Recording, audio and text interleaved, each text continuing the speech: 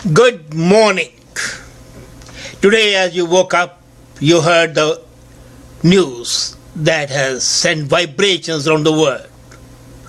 The 45th president of USA would be the most unexpected person, Donald Trump.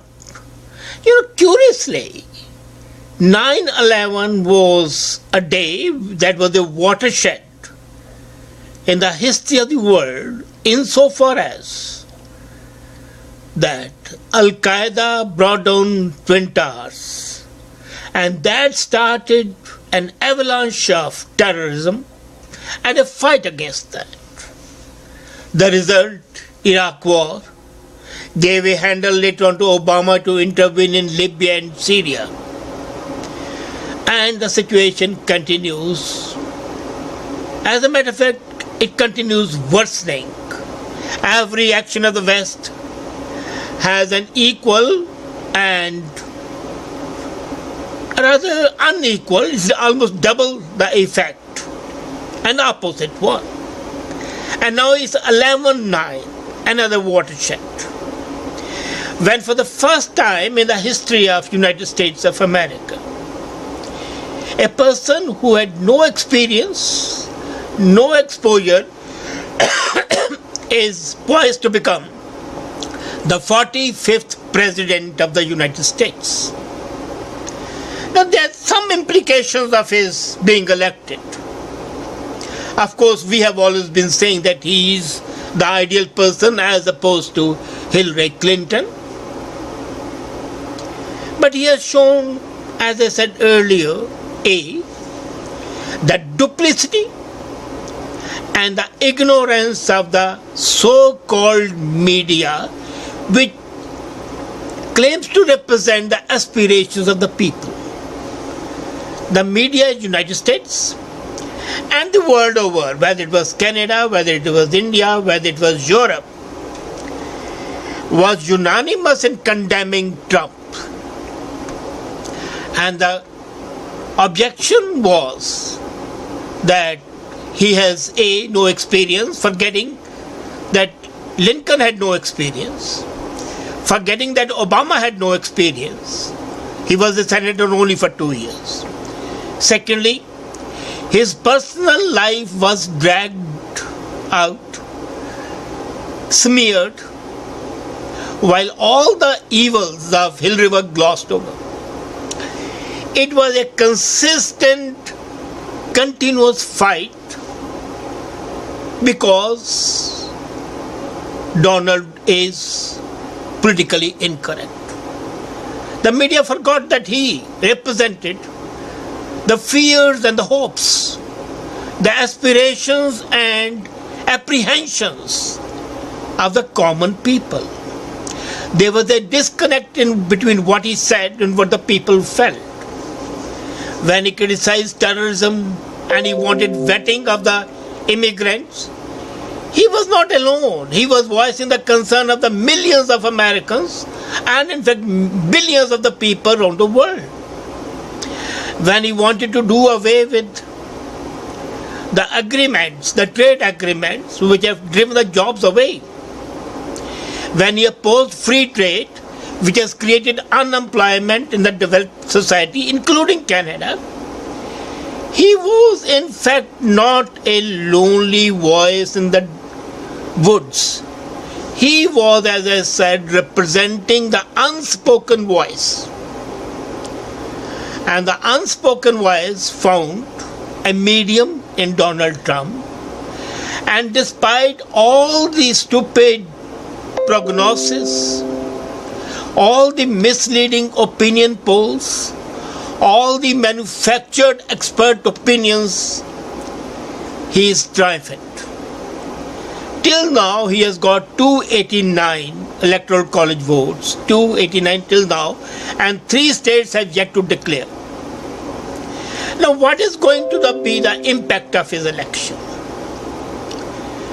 Word over, this sounds the death knell of the military blocs like NATO. This is extremely important because institutions like NATO have been only promoting the cause of United States aggrandizement, expansion plans.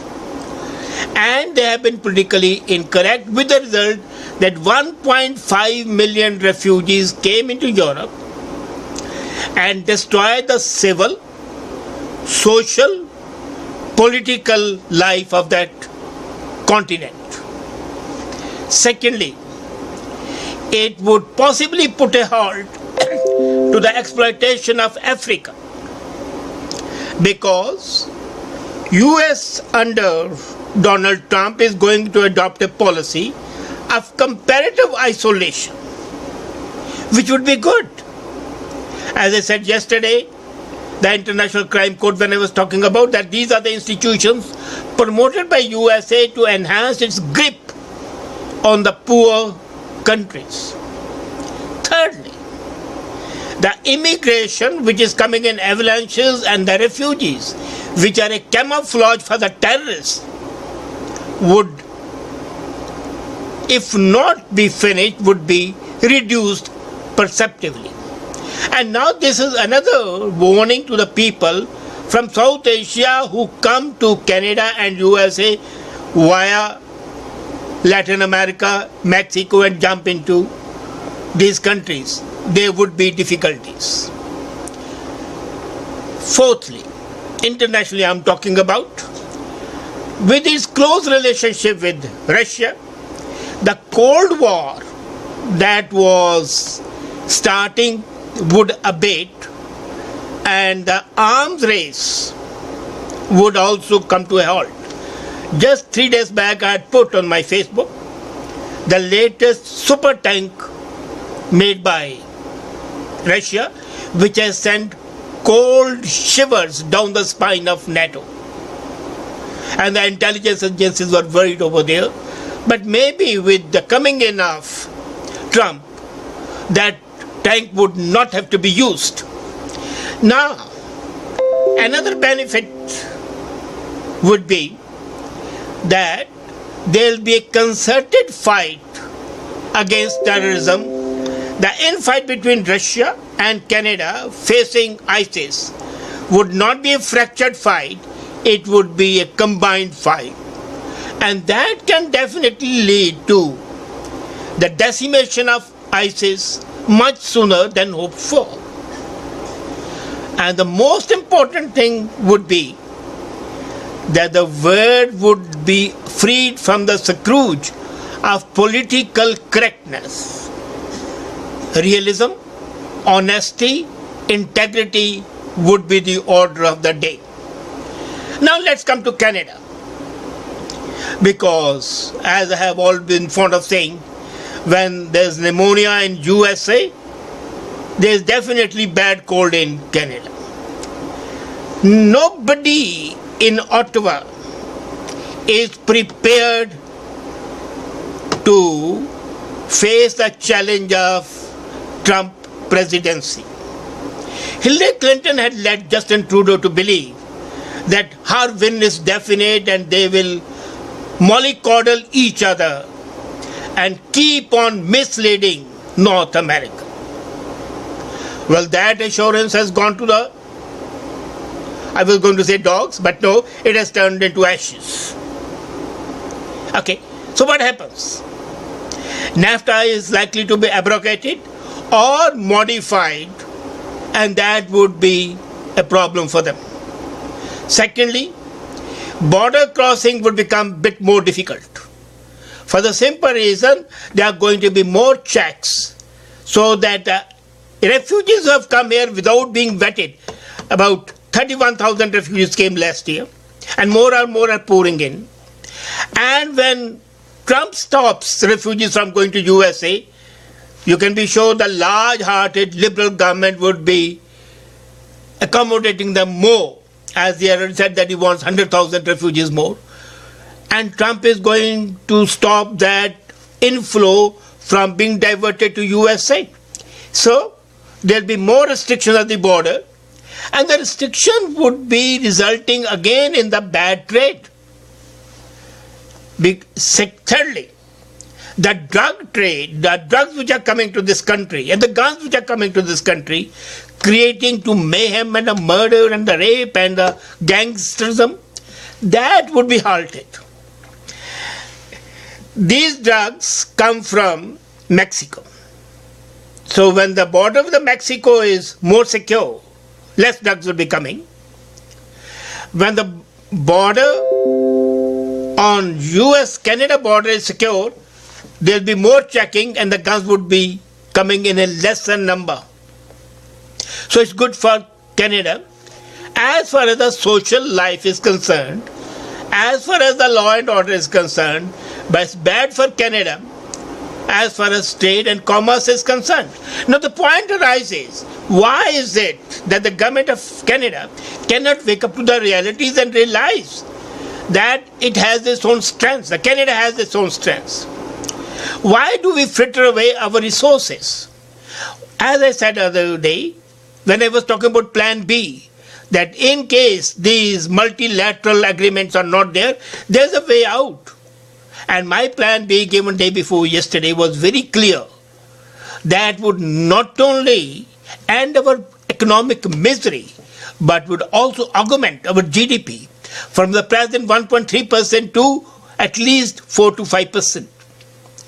Now, coming to another issue, the hopes of Canada being a member of the Security Council are dashed today. The way Trudeau has been talking about and the way other political leaders have been bragging about and condemning Trump, forgetting all civilized manners, are definitely going to irk Trump and is not going to help Canada have the seat in the Security Council. You know, we people here, apparently our leaders, are very myopic. They suffer from acute short-sightedness, and that results in the issues that are going to crop up. So this is a mixed bag of blessings and of troubles. The troubles are not insurmountable. And one benefit definitely to Canada, which nobody is talking about, is that our north would be more secure now. You might be thinking to be a monopoly, but no, it's not. It will be more secure from Russia because of Putin being friendly with Trump. But economically, the benefit would go to USA, not to Canada. What is going to happen is that the border, which extends to 200 kilometers, 20 miles from the coastline, 200 meters from the Canadian shelf, as per the maritime laws, would be exclusive for Canada and the balance would be exploited internationally. And when that is exploited internationally, the people who have the expertise and the technological advancement are Russia and USA, not Canada. Canada had only one all-season port in Churchill, and then in his wisdom, Justin Trudeau closed down in March. I had discussed that. And that action is going to have a repercussion on our fates tomorrow. The northern sector would be secure politically and from the defense point of view because NORAD is looking after it and Russians would not violate it. But economically we are going to be suffering. So as I said, this is a mixed bag. Now it is up to the people sitting in Ottawa to have the capability of understanding and dealing with this person. They have to bid goodbye to their stupid ideologies of catering to and satisfying these multiculturalism concepts and then realize that in this country we have to be Canadians. As a matter of fact, multiculturalism should give way to Canadianism. And if that gives that, or even Pan-Americanism. Now the ideal would be to adopt a policy of Pan-Americanism. then, possibly USA and Canada can work hand in hand and go forward in the march to progress. Otherwise, the situation is going to be very dicey. India is going to benefit, definitely. China is going to suffer a bit, but not much, because it takes time to transfer the technologies from theory to practice. Pakistan is definitely going to be on the receiving end of the stick. Saudi Arabia may also suffer, because Saudi Arabia gave $25 million to Hillary Clinton, and Qatar gave another $15 million. Now, both these countries are the hotbeds of Islamic fundamentalism, and they are going to be on the receiving end of the stick. So, situation is definitely changing. And yes, and one thing more, you can be sure it's a saving grace for Syrian President Assad. So, while the fundamentalists, while the terrorists would suffer, there will be economic boom in USA, and when there is economic boom in USA, there will be consequent benefit to Canada. So this is a situation where there are some negative points for Canada. However, given that, supposedly given that our leaders have some modicum of intelligence, I don't want them to be extremely intelligent, they are not. But if there is a modicum of intelligence, maybe they can salvage the situation. And we may not be chummy, but we can be civilized. And that way lies the salvation of the country. On the whole, I think this is going to be a new change in the American policy. It's not only the republicanism. No, let's forget it. This is a vote for anti-establishment, whether it's Republican or it's Democratic. The Republican establishment had opposed this man. Paul Ryan had an agreement that his sister-in-law would become the judge of the Supreme Court with Hillary Clinton. I put that email on my Facebook as well. So establishment as a whole is suffering. Now imagine it. What I had said in my article in February is coming true. Today, there are politically correct forces, not politically correct, but politically right forces are coming in power all over. And there is a clear case of national identity. Now, in USA, we have Trump. In England, Jeremy is sitting on the sidelines to jump any day. In France, Le Pen. Geert William in Belgium, Sweden and Norway and Denmark sitting by the rightists, Merkel losing, coming down India, Modi is there, and the trend continues so Trump triumphs. Trump is sounding a trumpet of wisdom and a new era. As I said, 9/11 was a change for the worse. Hopefully, 11/9 shall be a change for the better.